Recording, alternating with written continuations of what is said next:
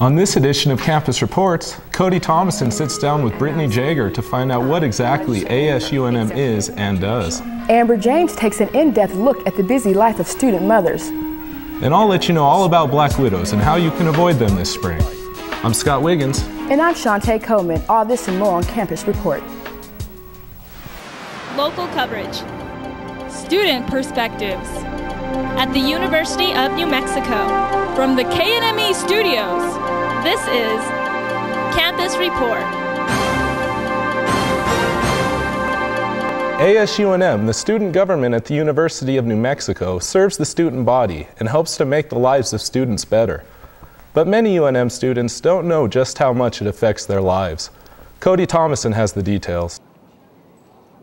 Associated Students of UNM is the student government at the University of New Mexico. Brittany Jaeger, president of the student body, explains that the functions of ASUNM are similar to the U.S. government. Well, there's actually 3 different branches of ASUNM. ASUNM is kind of hard for people to understand. ASUNM is not just this office, it's the entire undergraduate student body. So everyone is a part of ASUNM. This is everyone's office, and that's something I always like to stress with people. But there are 3 different branches of ASUNM, and that's the legislative, executive, and judicial. ASUNM also has another parallel to the national government, elections. Senate elections are held twice a year, both in the fall and the spring. As far as the president and vice president goes, it's a year term. We haven't had the turnout that we want, but we've been increasing in turnout. The low turnout in student elections has been a trend over the years. In the 2005 and 2006 elections, approximately 4% of the undergraduate students voted. So why is it so important for students to participate in these elections? People don't realize that they're being touched by ASUNM as much as they are. So that's why it's important to vote. It's important to vote somebody into this position that's going to represent you. And voting in the elections is easy for students to do. All they have to do is show up. You have to have a picture ID. It doesn't have to be a Lobo ID. It could be, I mean, I've never seen it, but it could be a passport, it could be driver's license, whatever. Once the elections are over, the student government helps make changes at the UNM campus. Some of these changes have occurred at the university's basketball arena. A few years ago, we got a new student section. It's behind a basket, it's next to the visiting team's bench. There's student-only doors at the pit. And they're not, they used to be in the back, in the corner, no one knew where they were. They're in the front. It says, everyone's a Lobo, woof, woof, woof on the ground. These ASUNM activities are serving the students and changing the university for the better. So students, get out there and support your student government. For Campus Reports, I'm Cody Thomason. You may not notice the large green signs along I-25 and I-40 in Albuquerque anymore, but you may have been noticing the new electronic signs appearing along the interstates. The New Mexico Department of Transportation has installed electronic signs along I-25 and I-40 that inform drivers about detours, crashes, or severe weather conditions that may cause traffic problems or delays. But most of the time, the electronic signs seem to be turned off without messages. The DOT Public Information Officer says there's a reason for that. Drivers may become accustomed to seeing the signs displaying messages and begin to ignore the information. However, the signs are hooked up and ready to be used, but will only display messages when necessary information needs to be distributed to the drivers. Between term papers and exams, UNM students have enough to deal with. Amber James reports on how 2 students are handling not only this workload, but motherhood as well. It's important for mothers to spend time with their children. However, 2 mothers, Shantae Coleman and Noemi Hinojosa Lopez, sometimes have difficulty doing this because both are full-time students. Schoolwork takes up most of Hinojosa Lopez's 14-hour day. Because of the 18 credits she's taking this semester, she's not able to spend a lot of time with her 8-year-old son, something that he often brings to her attention. My child actually tells me on many occasions that I don't spend enough time with him. Hinojosa Lopez now spends more time with her son, and as a result, she goes to bed early in the morning. I've made it a point now to do my homework after he goes to bed, and that's why sometimes I stretch my day till like about 1 a.m. So how does this Spanish major balance being a mother and a full-time student? Time management has a lot to do with it, knowing what you can do, knowing how to fit things in. Shantae Coleman can relate to Hinojosa Lopez. She too is going to school full-time and raising her 5-year-old daughter, Journey.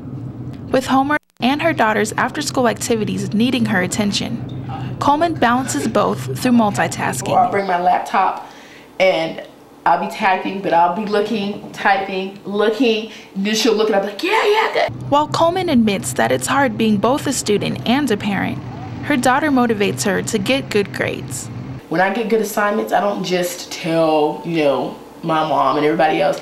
I'll tell Journey, look, Journey, I got an A. That's why I'm going shopping. If anything, she has made me strive to be a better student.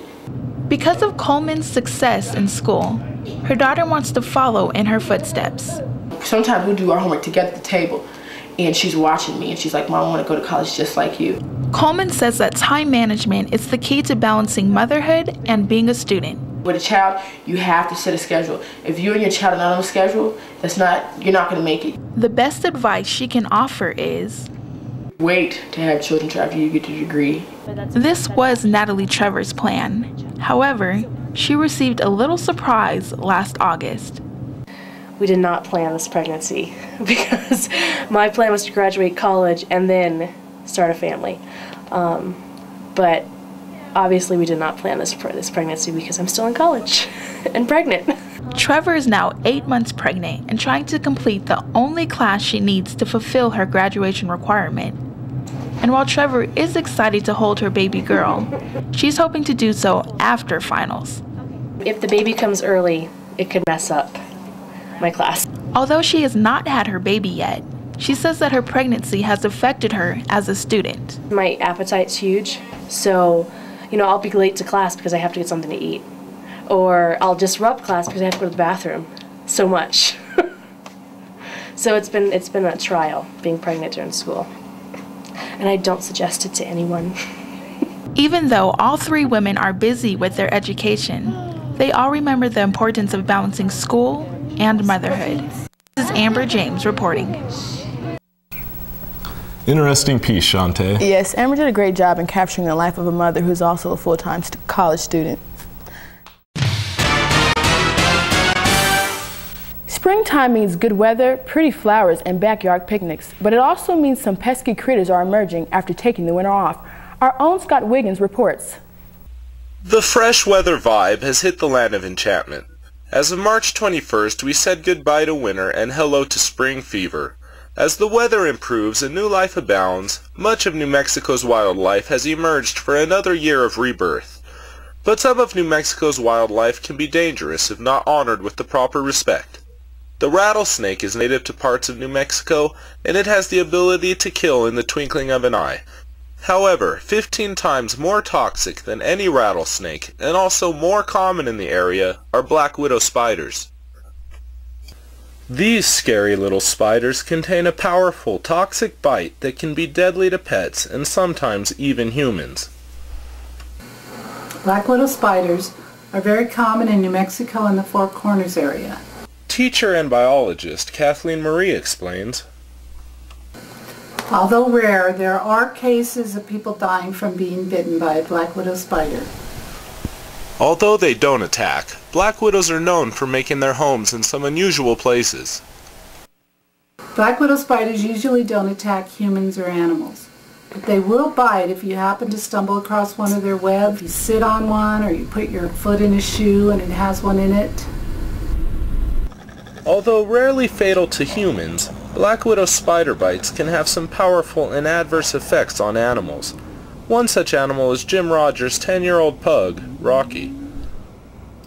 About 3 months ago, my dog Rocky got very sick. He lost all the movement in all of his legs.